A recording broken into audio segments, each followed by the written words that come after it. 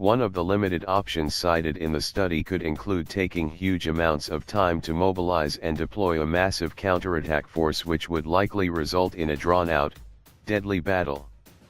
Another possibility would be to threaten a nuclear option, a scenario which seems unlikely if not completely unrealistic in light of the U.S. strategy to decrease nuclear arsenals and discourage the prospect of using nuclear weapons, the study finds. Current tensions between Russia and NATO are leading many to carefully assess this question and examine the current state of weaponry and technological sophistication of the Russian military with a mind to better understanding the extent of the kinds of threats they may pose.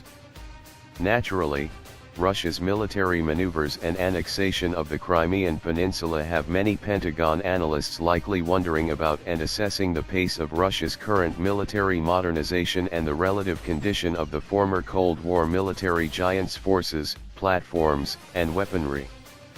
Russia has clearly postured itself in response to NATO as though it can counterbalance or deter the alliance.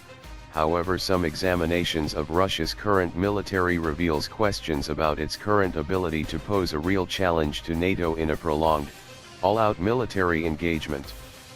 Nevertheless, Russia continues to make military advances, and many Pentagon experts and analysts have expressed concern about NATO's force posture in Eastern Europe regarding whether it is significant enough to deter Russia from a possible invasion of Eastern Europe. Also, Russia's economic pressures have not slowed the country's commitment to rapid military modernization and the increase of defense budgets, despite the fact that the country's military is a fraction of what it was during the height of the Cold War in the 1980s. While the former Cold War giants' territories and outermost borders are sizably less than they were in the 1980s, Russia's conventional land, air, and sea forces are trying to expand quickly, transition into the higher-tech information age, and steadily pursue next-generation platforms. Russia's conventional and nuclear arsenal is a small piece of what it was during the Cold War, yet the country is pursuing a new class of air-independent submarines, AT-50 stealth fighter jet, next-generation missiles, and high-tech gear for individual ground soldiers. The National Interest has recently published a number of reports about the technological progress now being made by Russian military developers.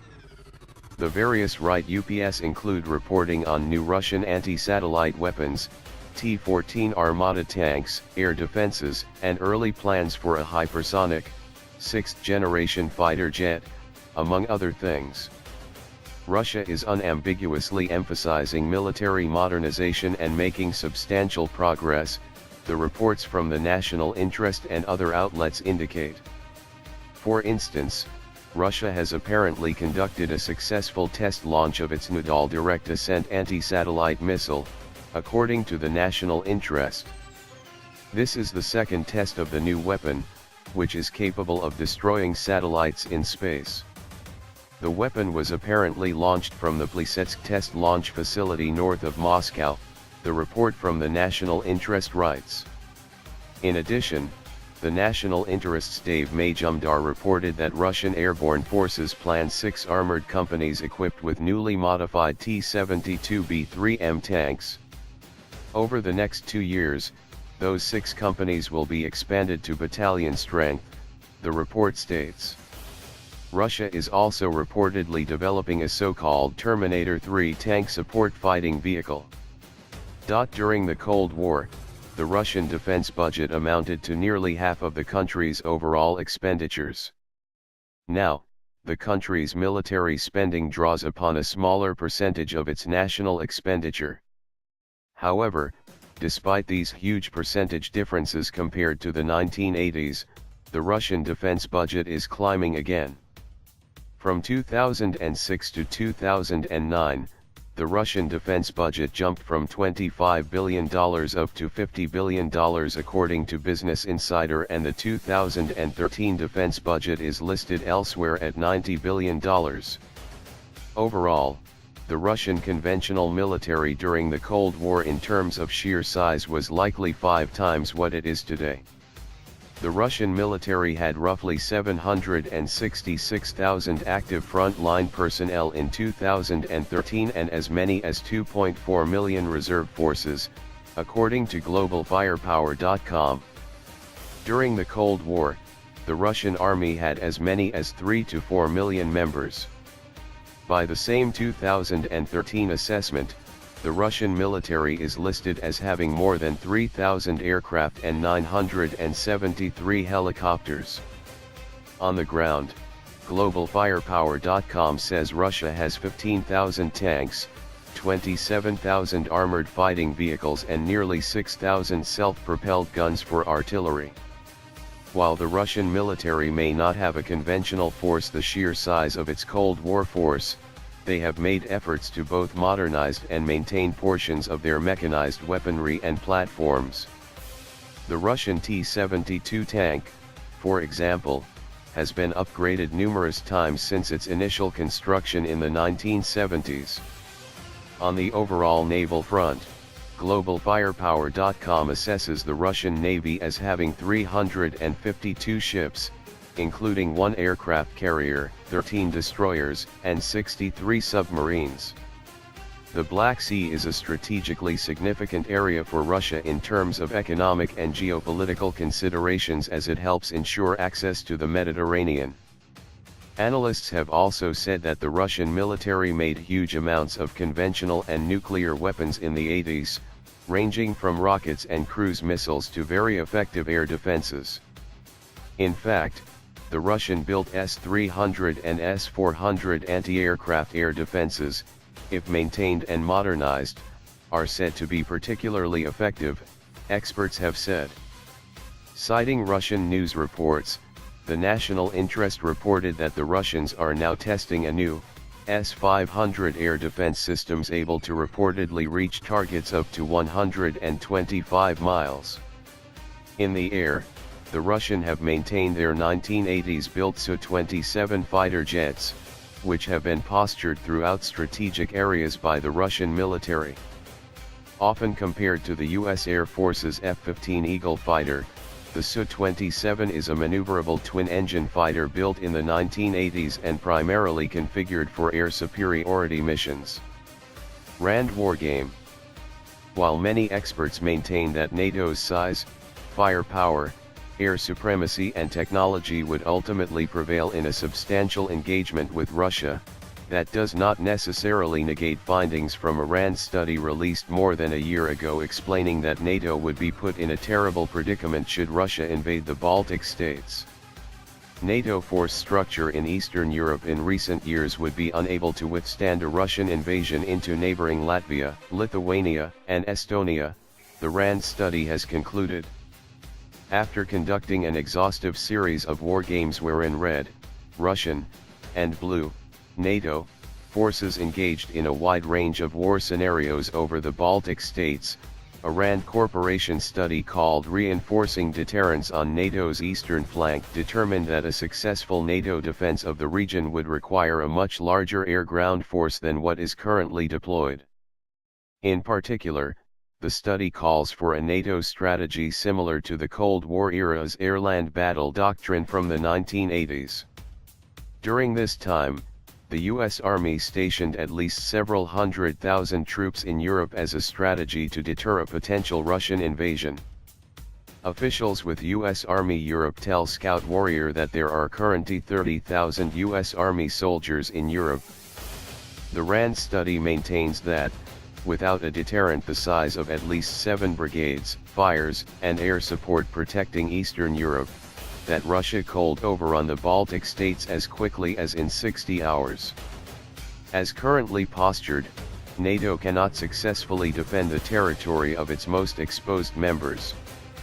Across multiple games using a wide range of expert participants in and out of uniform playing both sides, the longest it has taken Russian forces to reach the outskirts of the Estonian and/or Latvian capitals of Tallinn and Riga, respectively, is 60 hours. Such a rapid defeat would leave NATO with a limited number of options, the study writes. Air-land battle was a strategic warfighting concept followed by US and Allied forces during the Cold War which, among other things, relied upon precise coordination between a large maneuvering mechanized ground force and attack aircraft overhead. As part of the approach, air attacks would seek to weaken enemy assets supporting front-line enemy troops by bombing supply elements in the rear. As part of the air-ground integration, large conventional ground forces could then more easily advance through defended enemy front-line areas. A rapid assault on the Baltic region would leave NATO with few attractive options, including a massive risky counterattack, threatening a nuclear weapons option, or simply allowing the Russian to annex the countries. One of the limited options cited in the study could include taking huge amounts of time to mobilize and deploy a massive counterattack force, which would likely result in a drawn-out, deadly battle. Another possibility would be to threaten a nuclear option, a scenario which seems unlikely if not completely unrealistic in light of the US strategy to decrease nuclear arsenals and discourage the prospect of using nuclear weapons, the study finds. A third and final option, the report mentions, would simply be to concede the Baltic states and immerse the alliance into a much more intense Cold War posture. Such an option would naturally not be welcomed by many of the residents of these states and would, without question, leave the NATO alliance weakened if not partially fractured. The study spells out exactly what its war games determined would be necessary as a credible, effective deterrent. Gaming indicates that a force of about 7 brigades, including 3 heavy armored brigades adequately supported by air power, land-based fires, and other enablers on the ground and ready to fight at the onset of hostilities, could suffice to prevent the rapid overrun of the Baltic states, the study writes. During the various scenarios explored for the war game, its participants concluded that NATO resistance would be overrun quickly in the absence of a larger mechanized defensive force posture.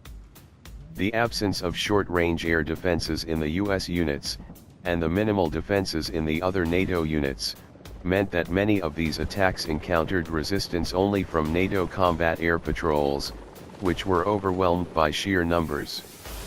The result was heavy losses to several blue NATO battalions and the disruption of the counterattack, the study states.